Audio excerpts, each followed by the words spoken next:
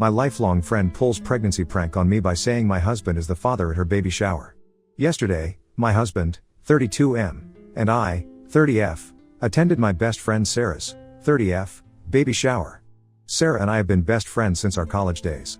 We initially became roommates, but our friendship grew stronger as we discovered our mutual love for similar music. We attended concerts together and made countless memories. By the time we reached our final year of college, we were practically inseparable, spending summers together in each other's homes whenever possible. After completing our studies, we both took different paths in our careers. While I secured a highly sought-after position at a prominent law firm, which had always been my dream, Sarah wasn't sure if she wanted a traditional 9-to-5 job, so she decided to explore social media as a form of revenue. Regardless of our vastly different schedules, we made it a priority to set aside our weekends for each other, whether it was going on a hike, trying out a new restaurant, going out for drinks, or just staying in to watch a movie. It was during one of our girls' nights out that I met Michael. He was attending his friend's bachelor party, and from the moment I set eyes on him, I knew he was the one for me. Although we often playfully argue over who fell in love first, the truth is that we both fell deeply in love that very night. Fortunately, we've been happily married for 5 years now, and our marriage has been nothing short of perfect. I often tell Sarah how grateful I am that she had invited me to the pub that night, otherwise, I would have never met my wonderful husband. While Sarah remained single for a few years after my marriage, she eventually met her current husband, Mark, and the two of them celebrated their second anniversary this year. 3 months ago, Sarah shared with me the exciting news that she was pregnant, and I was beyond ecstatic. I couldn't wait to see my best friend start this new chapter in her life and hold her little one soon.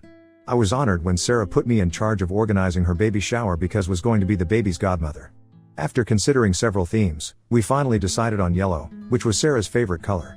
Throughout the planning process, I kept in close contact with the caterer to ensure that everything was in order and that the cake was delivered on time. As luck would have it, I had worked with the caterer before, at my brother's wedding, so it was a breeze working with her again. On the day of the shower, we arrived a bit early to make sure that everything was perfect. Mark met us at the door and let us know that Sarah was still getting ready. While setting up, I noticed that the cake wasn't centered on the table just like Sarah wanted, so I took care of it. Soon after, the guests started arriving, and I was thrilled to see some of our old college friends. We hadn't seen each other in years, so we took this opportunity to catch up and share important life updates. In a vibrant yellow dress that matched her baby shower's theme. She had a radiant smile as everyone around us congratulated her. As the event progressed, everyone sat down to enjoy a delicious lunch. Everything seemed to be going perfectly until Sarah called for everyone's attention. She stood up and thanked us for coming to her baby shower. Then she took a deep breath before announcing, "I'm thrilled to tell you that my husband, Mark, and I are expecting our first child. And I have someone very special to thank for that." I noticed Mark looking at Sarah with a puzzled expression, trying to understand what was happening. Then, pointing directly at my husband, Michael, she loudly says, "Everyone, I'd like to introduce the father of our baby." I almost choked on my food. The room was filled with an eerie silence, and I could sense that everyone was taken aback and unsure of how to react. My mind raced to try and make sense of what was happening. My husband, who is not one for attention and prefers to keep to himself, grasped my hand tightly under the table. I turned to look at him, and he looked puzzled as me. All eyes were fixed on us in an uncomfortable and awkward silence. I turned to Sarah, looking for an explanation. Just to give some background, my husband and I have been trying for years to conceive for a while, but we've had no luck. Despite undergoing multiple tests due to some personal medical issues, we haven't been able to get pregnant. I've shared this issue with only a few selected family members and close friends, including Sarah. Eventually, my husband and I came to accept the fact that getting pregnant might not be in the cards for us, so rather than focusing on that, we learned to be content with our life together as a couple rather than focusing on getting pregnant. Sarah publicly referring to my husband as the father of her baby was a complete lie, but I couldn't help but feel hurt by her words. My eyes welled up with tears, but I tried my best not to break down in front of others. All of a sudden, Sarah burst out laughing and playfully nudged her husband, Mark, exclaiming, "I was just kidding, guys.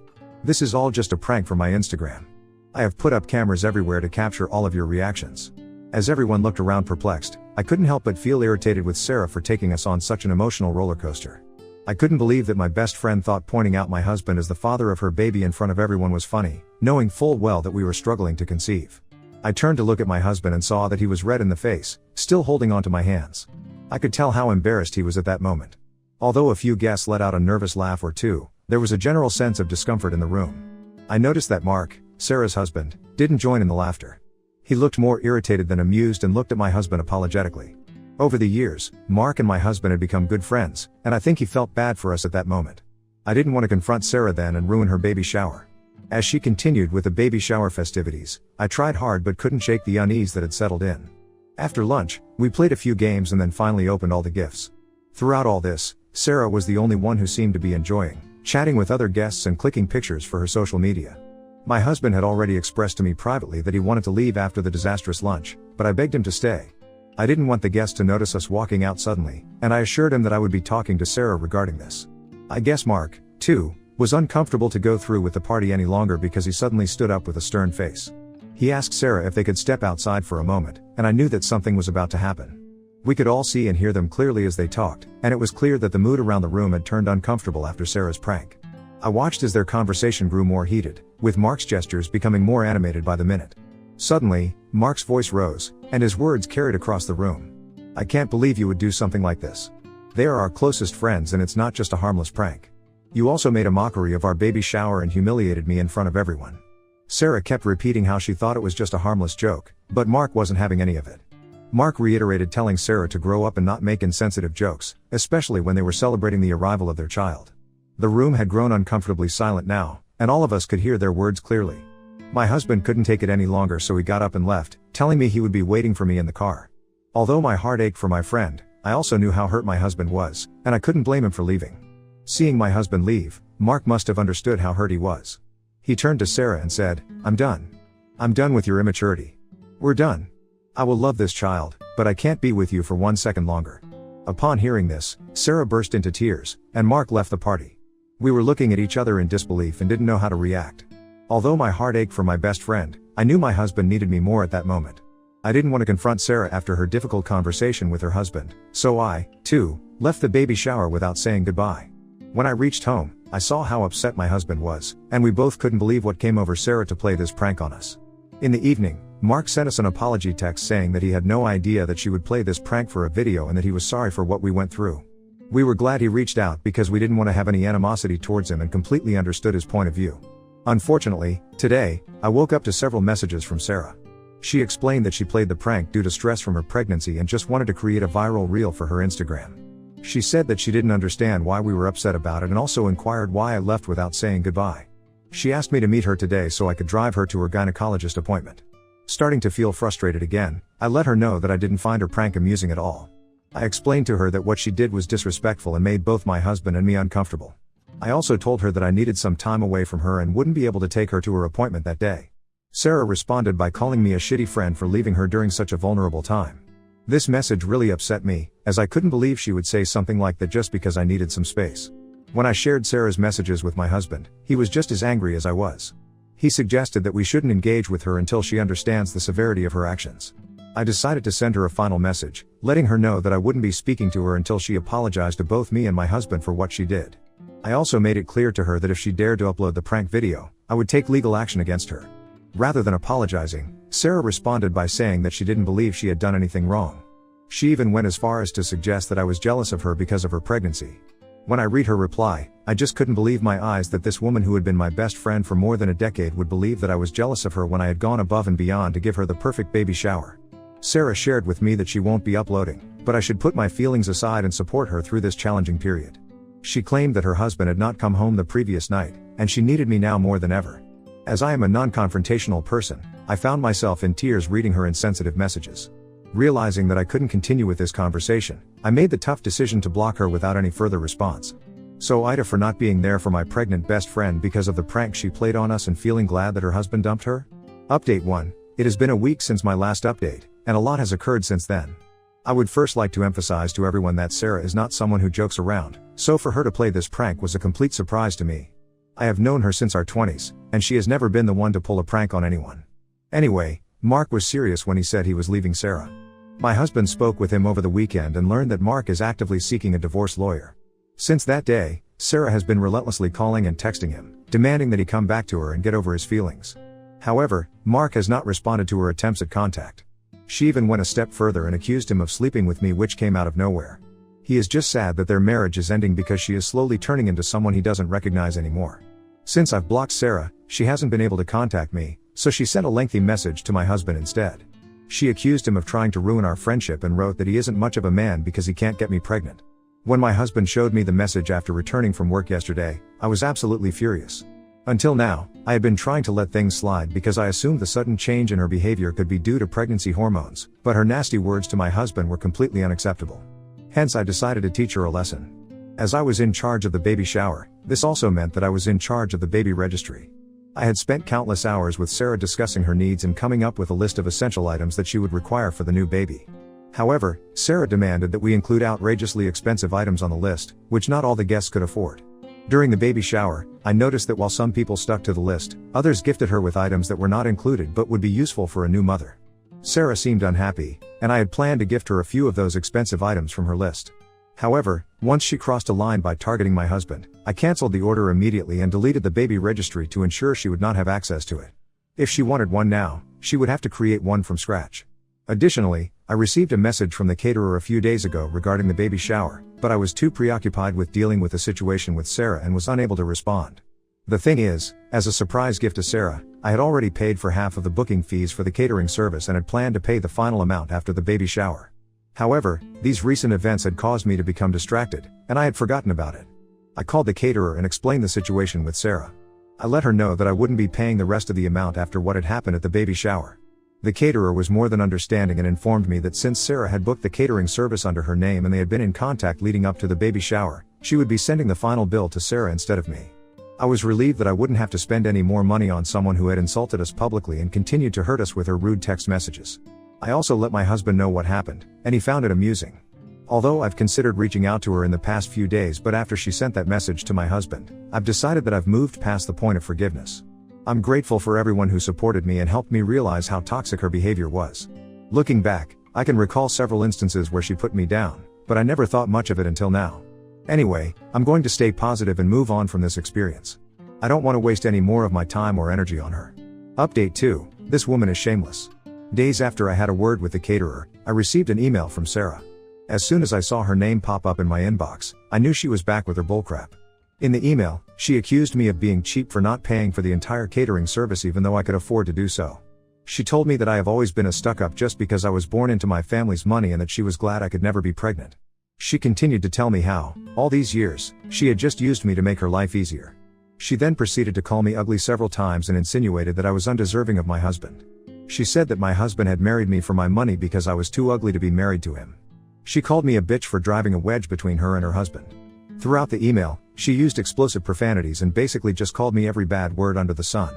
I showed the mail to my husband, who immediately lost it. Over the years, we both have gone above and beyond to help this woman on several occasions. We have been there for her when she was single and crying over her multiple breakups. We have taken her on vacations with us wherever we went and even paid for her flight and room on several occasions. My husband had helped out Sarah's parents in repairing their house and had lent them some money a while ago. We had always treated her like our family. My husband immediately reached out to Mark and invited him for dinner so we could discuss this situation. When Mark arrived, we showed him the email, and the look on his face was beyond disgust. He also showed us text messages he had received from her where she had sent him similar profanities and went on to accuse him of cheating on her. We were greatly disturbed by the seriousness of the allegation, considering that it was not something to be casually thrown around or expressed in anger towards one's spouse. It was hard to believe that my former best friend, whom I had only recently broken ties with, had changed so much. Mark informed us that he was in contact with a reputed divorce lawyer. According to the advice of his lawyer, he never replied to her texts, no matter how deranged or vile they were, and just kept screenshots of everything she was sending him. He also took a photo of the email she had sent me so he could show it to his divorce lawyer. Now, since I posted the initial story, have received a few DMs from people saying that they are worried for Sarah and are assuming that she might have some neurological issues because of the sudden changes in her behavior. I would just like to tell these people that she has always had a temper issue, even when we were in college. Although I have never been on the receiving end of her anger, I have seen her lose her temper quickly and use profanities on other people, even in public spaces. Although I highly doubt it's a medical issue, my husband and I will still try to reach out to her parents regarding this. We plan on telling them everything as well as showing them all the messages and emails she has sent us. If they feel that there is something wrong with her after that, then it's completely up to them to take her for a test. Despite everything, I have no intention of unblocking her or responding to her email. I have gone above and beyond for this woman, and for her to persist in mistreating me, demeaning me, and showing me disrespect is beyond disheartening. I plan on putting this whole incident behind me and enjoying my life with my husband and our dogs. The past few months have been a whirlwind of emotions, to say the least. I trust that everyone is enjoying a wonderful start to the new year, just as my husband and I are. We are currently in the Maldives, taking a much-needed break from our demanding careers. Given the year we've had, we decided to disconnect from work and indulge in some relaxation time. So far, we've spent our days lounging on beaches and savoring refreshing cocktails at the resort. Coming on to the much needed update that several of you have asked for, as expected, Mark and Sarah have officially divorced.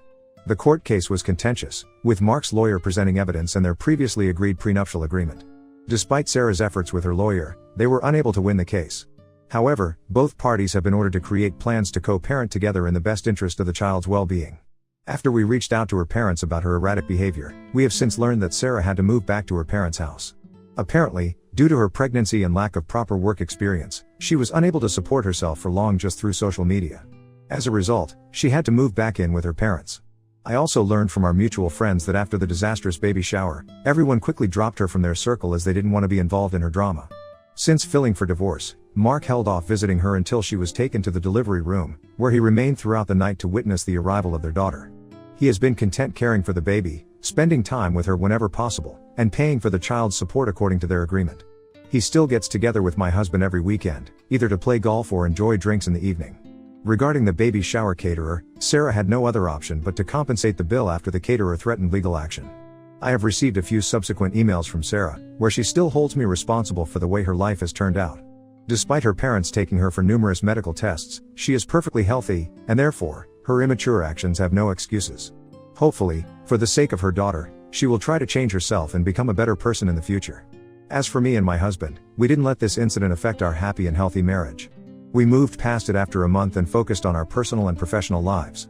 We still make sure to go out on our Sunday dates, just like we did when we first started dating.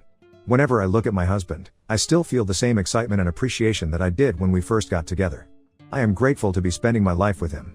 I want to extend my empathy to all the couples who have expressed their difficulties in bearing children. I want you to know that it's perfectly fine. Life has its own ways, and we have to trust the journey. If you truly love your partner, there are other options available to become parents. However, my husband and I feel fulfilled with each other's company, and we have decided to focus on spending the rest of our lives in happiness together.